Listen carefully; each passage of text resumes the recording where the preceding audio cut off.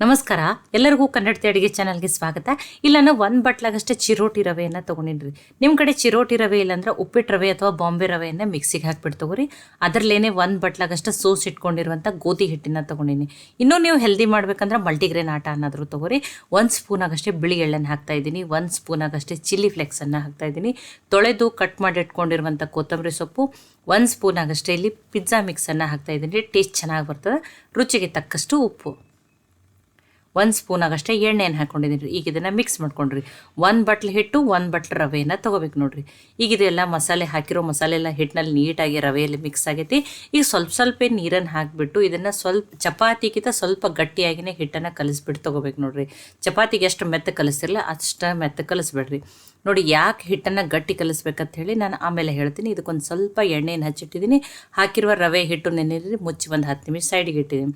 ಈಗ ಇನ್ನೊಂದು ಬೌಲ್ನಲ್ಲಿ ನಾನು 2 ಮೀಡಿಯಮ್ ಸೈಜ್ ಆಲೂಗಡ್ಡೆಯನ್ನು ಮ್ಯಾಶ್ ಮಾಡಿಬಿಟ್ಟು ತೊಗೊಂಡಿದ್ದೀನಿ. ನೀವು ತುರಿದು ಬಿಟ್ಟಾದರೂ ತೊಗೋಬೋದು. ಆಲೂಗಡ್ಡೆನೇ ತೊಗೋಬೇಕಂತೇನಿಲ್ಲ, ನೀವು ಇದ್ರ ಬದಲಿ ಪನ್ನೀರನ್ನಾದ್ರೂ ತೊಗೋಬೋದು ನೋಡಿರಿ.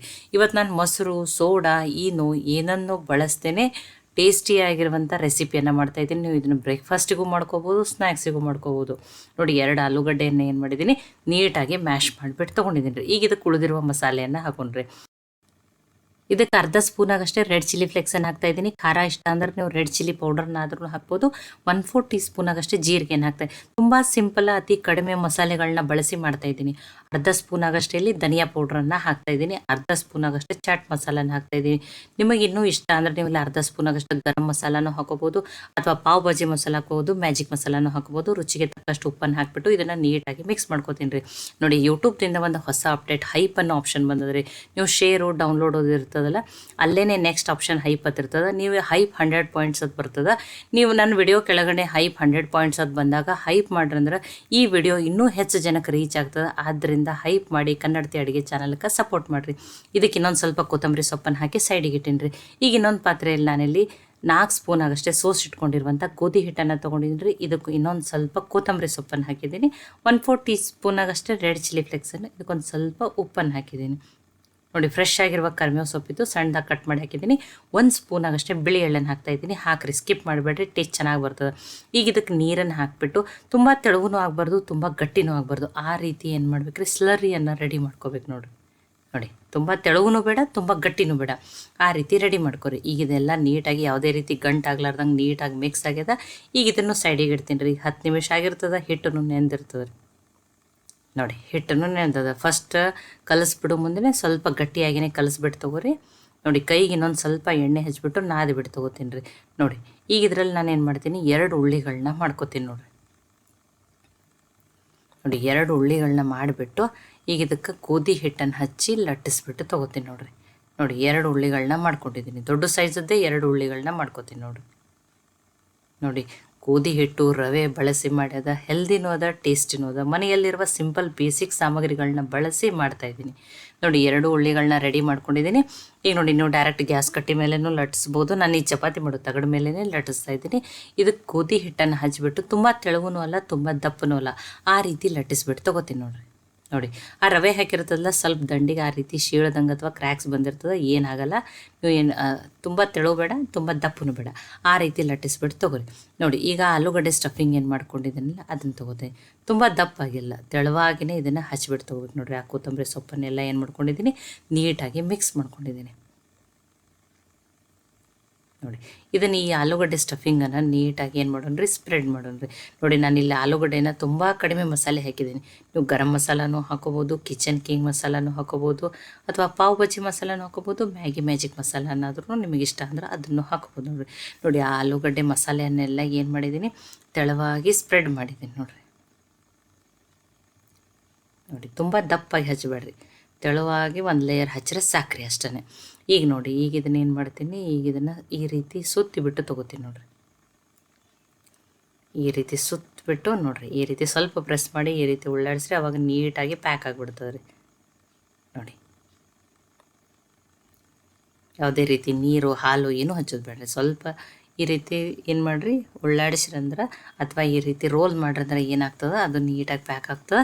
ಈಗ ಏನು ಮಾಡ್ತೀನಿ ನೋಡಿರಿ, ಇವನ್ನ ಕಟ್ ಮಾಡ್ಕೋತೀನಿ. ತುಂಬ ದೊಡ್ಡ ಸೈಜನ್ನು ಮಾಡಿಲ್ಲ, ತುಂಬ ತೆಳುವಾಗಿನೂ ಕಟ್ ಮಾಡಿಲ್ಲ, ಅಷ್ಟೇ ಮೀಡಿಯಮ್ ಆಗಿಯೇ ನಾನು ಪಿಜ್ಜಾ ಕಟ್ರದಿಂದ ಮಾಡ್ಕೋತೀನಿ. ನೀವು ಚಾಕುಲೇನೂ ಮಾಡ್ಕೊರಿ, ನಡೀತದೆ. ನೋಡಿ ನೋಡಿ, ಇದನ್ನು ಡೀಪ್ ಫ್ರೈ ಮಾಡಿನೂ ತಿನ್ಬೋದು. ಆದರೆ ನಾನು ಏನು ಮಾಡ್ತಾಯಿದ್ದೀನಿ, ಕಡಿಮೆ ಎಣ್ಣೆ ಸಲುವಾಗಿ ಶಾಲೋ ಫ್ರೈ ಮಾಡ್ತಾಯಿದ್ದೀನಿ. ನೋಡಿ ಸ್ಟಫಿಂಗ್ನು ಎಷ್ಟು ನೀಟಾಗಿ ಸ್ಪ್ರೆಡ್ ಆಗಿದೆ. ನೋಡಿ ಆಲ್ರೆಡಿ ಒಂದು 6 ಚಮಚ ಆಗಷ್ಟು ಎಣ್ಣೆಯನ್ನು ಪ್ಯಾನ್ದಲ್ಲಿ ಹಾಕಿ ಎಣ್ಣೆನೂ ಕಾಯ್ಲಿಕ್ಕೆ ಇಟ್ಟಿನ್ರಿ. ನೋಡಿ ಎಣ್ಣೆನೂ ಚೆನ್ನಾಗಿ ಕಾಯ್ದದ. ನೋಡಿ ಈಗ ಇವನು ರೆಡಿ. ಈಗ ಮಾಡಿ ಇಟ್ಕೊಂಡಿರುವಂಥ ಸ್ಲರಿಯಲ್ಲಿ ಈ ರೀತಿ ಒಂದೊಂದನ್ನಾಗಿನೇ ಹಾಕಿಬಿಟ್ಟು ಹೈ ಫ್ಲೇಮ್ದಲ್ಲಿಟ್ಟನೆ ಕರೆದ್ಬಿಟ್ಟು ತೊಗೊಳೋಣ. ನೋಡಿರಿ ತುಂಬ ಸಿಂಪಲ್ ಅದ್ರಿ. ಸಮೋಸ, ಕಚೋರಿ, ವಡಾಪಾವ್ ತಿಂದಿರ್ತೀರಿ, ಈ ರೀತಿ ಗೋಧಿ ಹಿಟ್ಟು ರವೆಯನ್ನು ಬಳಸಿಬಿಟ್ಟು ಮಾಡ್ಕೊರಿ. ತುಂಬ ಟೇಸ್ಟಿ ಇರ್ತದೆ. ತುಂಬ ಸಿಂಪಲ್ ಮಸಾಲೆ ಅಥವಾ ಬೇಸಿಕ್ ಮಸಾಲೆಗಳನ್ನ ಬಳಸಿ ಮಾಡಿದೆ. ನೋಡಿ ಎಲ್ಲ ಸೈಡನ್ನು ನೀಟಾಗಿ ತಿರುಗಿಬಿಟ್ಟು ಏನು ಮಾಡಿರಿ, ಆ ಶಾಲೋ ಫ್ರೈ ಮಾಡಿಬಿಟ್ಟು ತೊಗೊರಿ. ಇಲ್ಲ ನೀವು ಡೀಪ್ ಫ್ರೈನೂ ಮಾಡ್ಬೋದು. ತುಂಬ ಕ್ರಿಸ್ಪಿಯಾಗಿ ಬರ್ತಾವೆ. ಹೈ ಫ್ಲೇಮ್ದಲ್ಲಿ ಇಟ್ಟನೆ ಕರೀರಿ. ಮತ್ತು ಒಂದು ಚೂರೂ ಎಣ್ಣೆ ಹಿಡಿಯಲ್ರಿ ಇವು. ನೋಡಿ ಇಷ್ಟು ಕೆಂಪಗಾದ್ರೆ ಸಾಕ್ರಿ.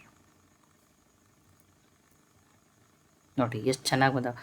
ನಾನು ನಿಮಗೆ ಹೇಳಿದ್ದಲ್ಲ, ಯಾಕೆ ಹಿಟ್ಟನ್ನು ಗಟ್ಟಿಯಾಗಿಯೇ ಕಲಿಸ್ಬಿಟ್ಟು ತೊಗೋಬೇಕಂದ್ರೆ, ನೋಡಿ ಸ್ವಲ್ಪ ಮೆತ್ತ ಕಲಿಸ್ರೆ ಗೋಧಿ ಹಿಟ್ಟು ಇರೋದ್ರಿಂದ ಎಣ್ಣೆ ಹೀರ್ಕೋತದೆ ರೀ. ಅದಕ್ಕೆ ಗಟ್ಟಿಯಾಗಿ ಕಲಿಸ್ರೆ ಏನಾಗ್ತದೆ, ಎಣ್ಣೆ ಹಿಡ್ಕೊಳ್ಳಲ್ಲ. ನೋಡಿ ನಾನು ನಿಮಗೆ ಇಲ್ಲಿ ಸಮೀಪದಿಂದನೂ ತೋರಿಸ್ತೀನಿ ಎಷ್ಟು ಡ್ರೈ ಬಂದಾವೆ ನೋಡಿರಿ. ಒಂಚೂರು ಎಣ್ಣೆ ಹಿಡ್ಕೊಂಡಿಲ್ಲ. ಹೈ ಫ್ಲೇಮ್ದಲ್ಲಿ ಇಟ್ಟನೆ ನೀವು ಈ ಚಪಾತಿ ಕಲ್ಸಂಗೆ ಮೆತ್ತ ಕಲಿಸ್ರೆ ಏನಾಗ್ತದೆ, ಅವಾಗ ಎಣ್ಣೆ ಹಿಡ್ಕೋತದೆ. ನೋಡಿ ಇದ್ರ ಕ್ರಿಸ್ಪಿನೆಸ್ ನೋಡಿ, ಅದನ್ನೂ ಒಂದು ಬಾಯಲ್ಲಿ ಎಳ್ಳು ಸಿಗ್ತದೆ. ಟೇಸ್ಟ್ ತುಂಬಾ ಚೆನ್ನಾಗಿರ್ತದೆ ರೀ.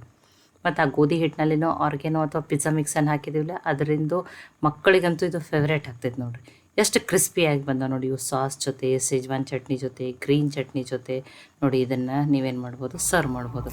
ನೋಡಿ ಮುರಿದು ಬಿಟ್ಟು ತೋರಿಸ್ತೀನಿ. ನೋಡಿ ಮುರಿದಾಗೂ ನೋಡಿರಿ ಸೌಂಡ್. ನಿಮಗೆ ಇದರಿಂದನೇ ಗೊತ್ತಾಗೈತಿ ಎಷ್ಟು ಕ್ರಿಸ್ಪಿಯಾಗಿ ಎಷ್ಟು ಚೆನ್ನಾಗಿ ಬಂದವು. ಇಲ್ಲ ಖಾರ ಇಷ್ಟಪಡೋರು ರೆಡ್ ಚಿಲ್ಲಿ ಫ್ಲೇಕ್ಸನ್ನು ಬಿಟ್ಟು ರೆಡ್ ಚಿಲ್ಲಿ ಪೌಡ್ರನ್ನಾದರೂ ಹಾಕೋಬೋದು.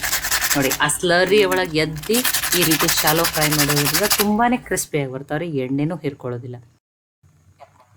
ಈ ಗೋಧಿ ಹಿಟ್ಟು ಮತ್ತು ರವೆಯನ್ನು ಬಳಸಿ ಮಾಡಿರುವ ಈ ರೆಸಿಪಿ ಹೆಸರನ್ನು ನೀವು ಏನು ಇಡ್ತೀರತ್ ಹೇಳಿನೂ ನನಗೆ ಕಮೆಂಟ್ ಮಾಡಿ ತಿಳಿಸ್ರಿ. ತುಂಬ ಸಿಂಪಲ್, ಅದರ ಟೇಸ್ಟ್ ಅಂತೂ ಅದ್ಭುತ. ಒಂದು ಸಲ ಮಾಡ್ಕೊಂಡ್ರೆ ಖಂಡಿತ ಪದೇ ಪದೇ ಮಾಡ್ಕೋತೀವಿ. ಈ ರೆಸಿಪಿ ಇಷ್ಟ ಆಗಿದ್ರೆ ಲೈಕ್ ಮಾಡಿ, ಶೇರ್ ಮಾಡಿ, ಕಮೆಂಟ್ ಮಾಡಿರಿ. ಖಂಡಿತ ಟ್ರೈ ಮಾಡಿ ನೋಡಿರಿ. ಮತ್ತು ಒಳ್ಳೆಯ ಹೊಸ ರೆಸಿಪಿಗಳಿಗಾಗಿ ಕನ್ನಡತಿ ಅಡುಗೆ ಚಾನಲನ್ನು ಸಬ್ಸ್ಕ್ರೈಬ್ ಮಾಡಿ, ಬೆಲ್ ಐಕಾನ್ ಪ್ರೆಸ್ ಮಾಡೋದನ್ನು ಮರಿಬೇಡ.